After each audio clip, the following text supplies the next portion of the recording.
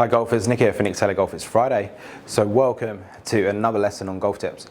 This week on golf tips, we're going to talk a little bit about stack and tilt, where the name came from, and a little bit more information about it. I know a lot of you guys are quite new to the channel, so thanks for joining me. If you don't already subscribe, please subscribe. So in today's video, we're going to talk a little bit about stack and tilt, where the name came from, and a little bit about this book. Right golfers, just as we have this chat today about stack and tilt, where the name came from, I can hit a few shots. So you can see on the screen here, 155 yards, just got 7 on here, just kind of smooth swings. There'll be some club data coming up on the screen as I hit. So the standard shot for stack and tilt is a push draw. We've talked about this using the grid, the draws built in. I've talked about hand path and club path. Last week we talked about weight forward. Today we're going to sort of talk about the name a little bit, where it came from. So it kind of evolved from the stack and tilt book, which is there. So Mike and Andy, who wrote the stack and tilt book, they, in the process of writing that and writing the article for Golf Digest, some of you may have read that one, they were asked to kind of simplify it a little bit, the golf swing, and they managed to break the stack and tilt system down into 10 words. You may have seen my mug here. So on the mug here I've got the 10 words. We got weight forward, which we talked a little bit about last week. If you've not seen last week's video, go and check that out. We're talking about where the weight should be at setup, which is effectively the stack. So in today's video we're going to talk a little bit about where the tilt comes from. So that essentially comes from this second part of the 10 word series there, which is shoulder down. I've done plenty of videos on the 10 words, so if you've not seen that, make sure you check that out. So today's video we're going to talk a little bit about the name and why it's called stack and tilt, because I think there's a lot of people that out there still misunderstood on the system. I think because it's got a name, I think people certainly are put off. People don't understand why you have to swing that way, whereas it's really we have a model swing and we kind of use that model to help people get better. You may have seen some of the videos I've done recently with some students. A slight push out to the right there.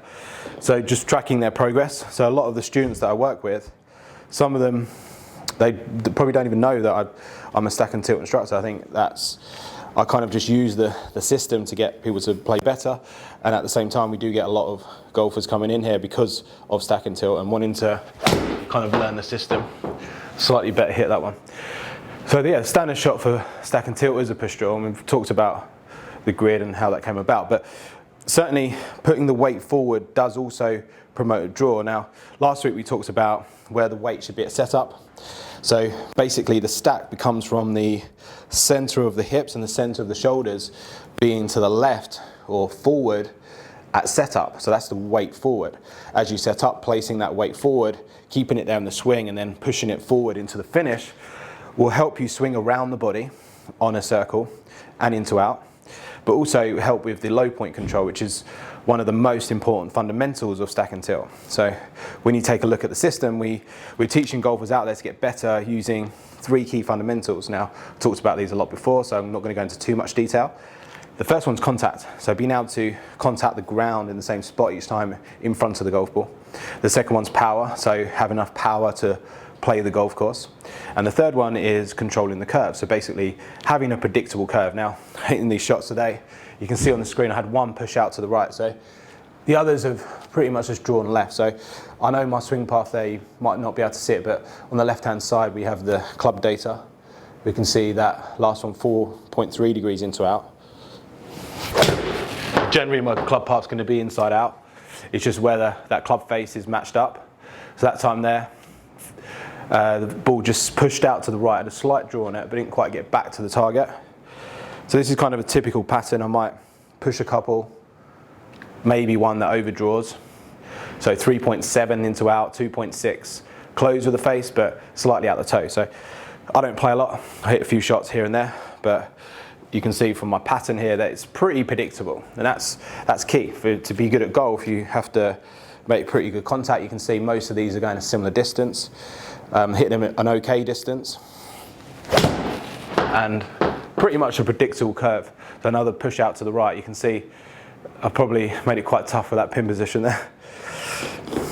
So where does the tilt come from in stack and tilt? So the stack, as we talked about, is the hip center and the shoulder center being forward at setup.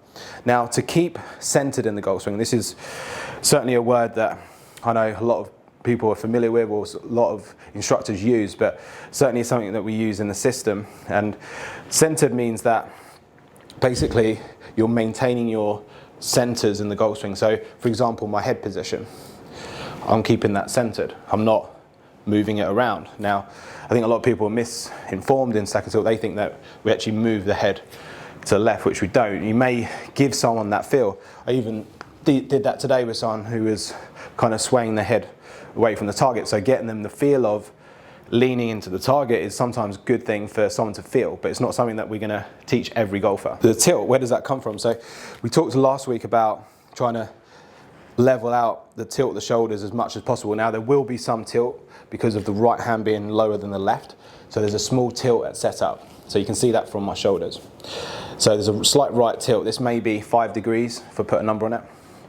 Now in the backswing, we know that the average tour player tilts 36 degrees.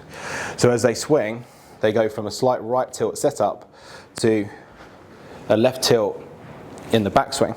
So that's where the tilt comes from. And every golfer tilts. We measure here at GOLFTEC using the best players in the world, using the motion numbers, so we know what the average tour player does. We know the average tour player tilts 36 degrees, so it's not something that you just do if you play stack and tilt. It's something that every good player does, and I think that was kind of the point last week, talking about the weight forward, was that basically every golfer does this. They may not exaggerate their setup, so I'm not saying that every golfer has their centers of the hips and shoulders forward at setup, but certainly by the time they finish the swing, they move their weight forward into the finish. And so with the tilt, to keep these centers stacked, if you like, at setup, they kind of stay stacked in the backswing. To keep them stacked and keep me swing centered, I have to tilt to the left.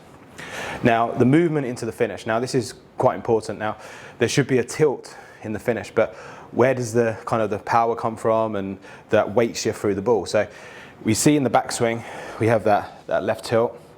As I finish the swing, by the time I'm right on parallel, I have a right tilt, almost similar amount as I had in the backswing. It's actually a little bit more in the follow through. But by the time I finish, it's kind of leveled out a little bit. There'll only be about 10 degrees of right tilt by the time I finish the swing. So in the backswing, I'm setting my weight forward, hips and shoulders, tilting down, so I'm keeping those centers stacked, and then pushing forward into the finish. So in the finish, I think the key thing to keep centered in the golf swing, the whole point is to keep a stable head position to help you repeat the swing, to keep the swing on plane, to help control that low point. So in the backswing we have a left tilt. In the finish we have a right tilt. Now, what happens with the shoulder center and the hip center is that from the backswing, those centers are quite stacked on top. But as I start down, I'm pushing the hip center forward to create this tilt at impact. So the best players will tilt their shoulders at impact as well. So this is important. This weight shift comes me pushing my hips forward. I'm also turning. So I'm also turning as I do this.